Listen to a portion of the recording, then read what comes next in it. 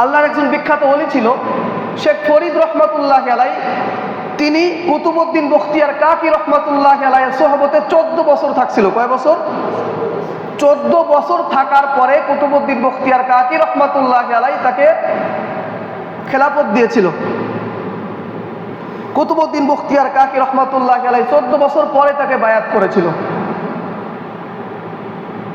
14 বছর পরে বায়াত করার পরে শেখ ফরিদ রহমাতুল্লাহ আলাইকে বলতেছে, যাও তুমি এখন বাড়িতে চলে যাও। শেখ ফরিদ রহমাতুল্লাহ আলাই যখন বাড়িতে যাচ্ছে, প্রতিমধ্যে ডাকাতের দেখা। দিনের বেলায়, আগে তো এরকম মানুষের এত বসতি ছিল না, এজন্য ডাকাতি যত হতো সব দিনের বেলায় হতো। শেখ ফরিদ রহমাতুল্লাহ আলাই যখন যাচ্ছে, ডাকাত ধরছে, তলোয়ার ধরছে, যা কিছু আছে বের করে দাও, না হলে মেরে দেব। শেখ ফরিদ রহমাতুল্লাহ আলাই বলতেছে, ডাকাত ভাই, আমার কাছে কিছুই নাই, আমি 14 বছর যাবত খাজা কুতুবউদ্দিন বখতিয়ার কাকি রহমাতুল্লাহ আলাইহির সোহবতে থেকেছিলাম। 14 বছর পরে আমি বাড়িতে যাচ্ছি, আমার কাছে কিছুই নাই দেওয়ার মতো। ডাকাত বলতেছে, তাহলে তুমি দাঁড়াও, আমি ডাকাতি করে নেই, আমি যখন 2-1টা ডাকাতি করতে পারবো তখন তোমাকে ছেড়ে দিব, যদি ডাকাতে না করতে পারি তাহলে তোমাকে ছাড়বো না, তোমাকে মেরে দিব। শেখ ফরিদ রহমাতুল্লাহ আলাই দাঁড়ায় আছে, ডাকাতও দাঁড়ায় আছে। কিছুক্ষণ অতিক্রম হওয়ার পরে শেখ ফরিদ রহমাতুল্লাহ আলাই ডাকাতকে বলতেছে, ডাকাত ভাই, তোমাকে আমি একটা কথা বলতে চাই। ডাকাত বলতেছে, কি কথা বলো। শেখ ফরিদ রহমাতুল্লাহ আলাই বলতেছে, তুমি যে ডাকাতি করো, ডাকাতি করে যে টাকাগুলি রোজগার করো, ইনকাম করো, এই ইনকামের টাকা দিয়ে তুমি কি করো? ডাকাত বলতেছে, আমি এই টাকাগুলি নিয়ে আমার মাকে খাওয়াই, আমার বাবা নাই, আমার মাকে খাওয়াই, আমার বাড়িতে আমার স্ত্রী আছে, আমার ছেলে আছে, আমার মেয়ে আছে, তাদের পোশাক আশাক কিনে দেই, তাদের খাওয়াই। শেখ ফরিদ রহমাতুল্লাহ আলাই বলতেছে, তুমি যে বেপথে ইনকাম করে, হারাম ইনকাম করে তুমি তোমার পরিবারকে খাওয়াচ্ছ, তুমি কি একটাবারও জিজ্ঞাসা করেছো তোমার পরিবারের কাছে এই গুনাহের ভাগ তোমার পরিবারের কেউ নেবে কিনা? শেখ ফরিদ রহমাতুল্লাহ আলাইহির কথায় ডাকাত বলতেছে, না, আমি তো কারো কাছে জিজ্ঞাসা করি নাই। তখন শেখ ফরিদ রহমাতুল্লাহ আলাইহি বলতেছে, তুমি এখন বাড়িতে যাও, বাড়িতে গিয়ে তোমার মা, তোমার স্ত্রী, তোমার সন্তান, তোমার মেয়ে, তাদের কাছে জিজ্ঞাসা করবা যে তারা তোমার এই গুনাহের ভাগ নিবে কিনা, তারা তোমার এই গুনাহের ভাগ নিবে কিনা। ডাকাত বলতেছে, ভালো একটা ফোন দিয়ে এঁটেছো, আমি এখন বাড়িতে চলে যাব আর তুমি চলে যেতে পারো, এজন্য এই বুদ্ধি এঁটেছো না? শেখ ফরিদ রহমাতুল্লাহ আলাইহি বলতেছে, না, আমি কথা দিলাম, তুমি আমাকে এখানে রেখে যাও, আমাকে বেঁধে রেখে যাও, তুমি বাড়ির থেকে এসে আমাকে এই অবস্থায় দেখবে। তুমি যদি আমাকে বেঁধে নাও রেখে যাও, তাও আমাকে বাড়ির থেকে এসে তুমি এখানেই দেখবা, কারণ মুসলমান কখনো মিথ্যা কথা বলতে পারে না। ডাকাত শেখ ফরিদ রহমাতুল্লাহ আলাইহির 2টা হাত বাঁধলো, 2টা পা বাঁধলো, বাঁধার পরে ডাকাত বাড়িতে চলে গেল। বাড়িতে যাওয়ার পরে মায়ের কাছে গিয়ে বলতেছে, মা, আমি যে ডাকাতি করে তোমাদের খাওয়াই, এটা তো খারাপ পথে আমি ইনকাম করি, এই গুনাহের ভাগ কি তোমরা নিবে কিনা? মা বলতেছে, না, তোমার গুনাহের ভাগ নিব না, কারণ পৃথিবীর বুকে সন্তান তুমি একাই না, আরো অনেক সন্তান আছে যারা তাদের পিতা মাতাকে খাওয়ায়। তুমি তো ইচ্ছা করলে ভালো পথে ইনকাম করে আমাদের খাওয়াইতে পারো, তুমি কেন খারাপ পথে ইনকাম করো, আর কেনই বা তোমার গুনাহের ভাগ আমরা নিব? ডাকাত চলে গেল স্ত্রীর কাছে। স্ত্রীর কাছে গিয়ে বলতেছে, স্ত্রী, তোমাকে যত স্বর্ণ, যত অলংকার আমি দিয়েছি, যত গহনা দিয়েছি, এই এলাকার ভিতরে কোনো মহিলার এত অলংকার নাই, এত গহনা নাই। তোমাকে যত গহনা, তোমাকে যত অলংকার দেওয়া হয়েছে, এত অলংকার কারো নাই এলাকার ভিতরে। স্ত্রী, আমি যে হারাম পথে ইনকাম করি, ডাকাতি করি, এই গুনাহের ভাগ তুমি নিবা কিনা? স্ত্রী বলতেছে, না, নিব না, কারণ তুমি ইচ্ছা করলে আমাকে ভালো পথে ইনকাম করে খাওয়াইতে পারো, তাহলে আমি কেন তোমার গুনাহের ভাগ নিব? এই কথা বলার পরে শেখ ফরিদ রহমাতুল্লাহ আলাইহির কথা অনুযায়ী ডাকাত সন্তানের কাছে চলে গেল।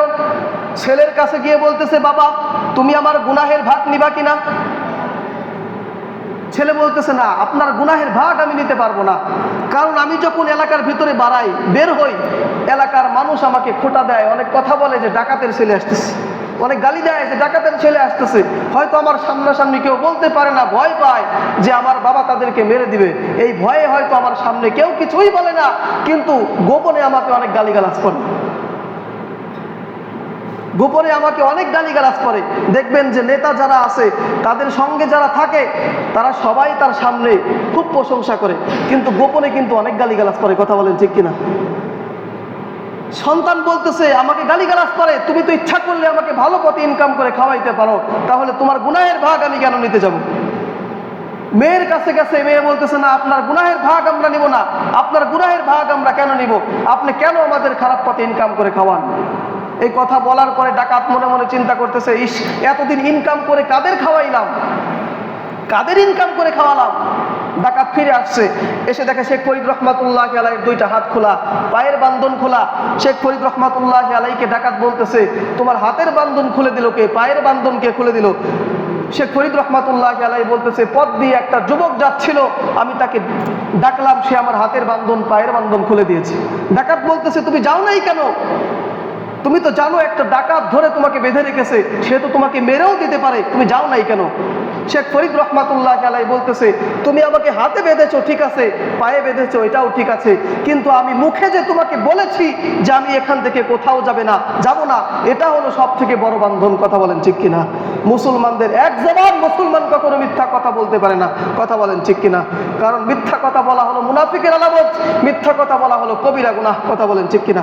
সম্মানিত হাজিরিন, শেখ ফরিদ রহমাতুল্লাহ আলাইহি যখন এই কথা বলছে তখন ডাকাতের ভিতরে একটা চিন্তা চলে আসছে, মনটা আরো বলে গেছে, ইস, কত ভালো মানুষ, কত সত্যবাদী মানুষ।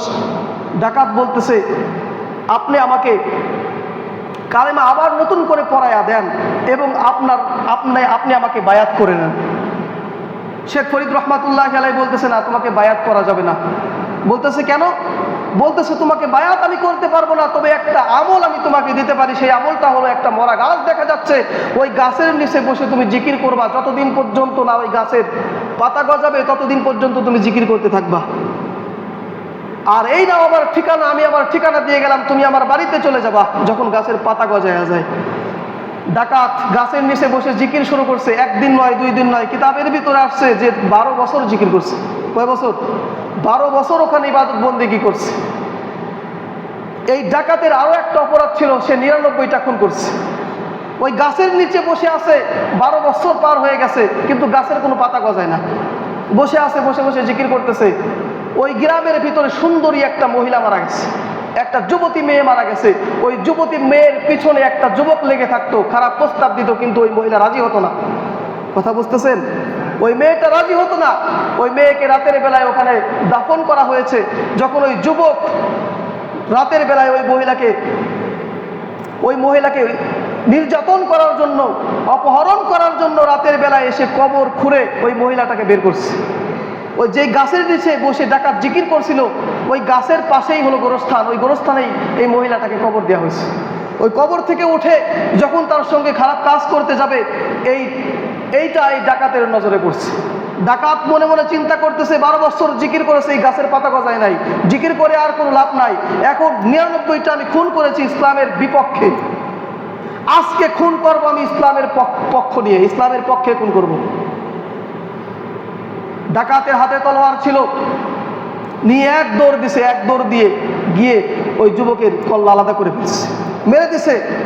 মেরে দেওয়ার পরে ওই যুবতীকে সুন্দর করে আবার কাপড় মোড়ায়া দিয়ে আবার কবর দিয়ে দিছে, কবরের ভিতরে শোয়া দিছে। কবরের ভিতরে শোয়া দিয়ে ওই গাছের নিচে এসে দেখে গাছের পাতা গজায় গেছে। বলুন সুবহানাল্লাহ।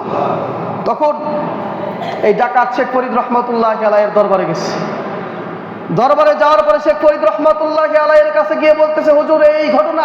শেখ ফরিদ রহমাতুল্লাহ আলাইহি বলতেছে, আল্লাহ পাক রব্বুল আলামিন তোমাকে আজকে মাফ করে দিয়েছে। বলুন সুবহানাল্লাহ। তুমি এতদিন যাবত 99টা খুন করেছো, ইসলামের বিপক্ষে খুন করেছো, ইসলামের বিরুদ্ধে খুন করেছো, আজকে তুমি ইসলামের পক্ষ নিয়ে খুন করেছো, আল্লাহ পাক রব্বুল আলামিন তোমাকে মাফ করে দিয়েছে। তুমি অন্যায় দেখে সহ্য করতে পারো নাই, আল্লাহ পাক রব্বুল আলামিন তোমাকে মাফ করে দিয়েছে, আজকে আমি তোমাকে বায়াত করে নিলাম।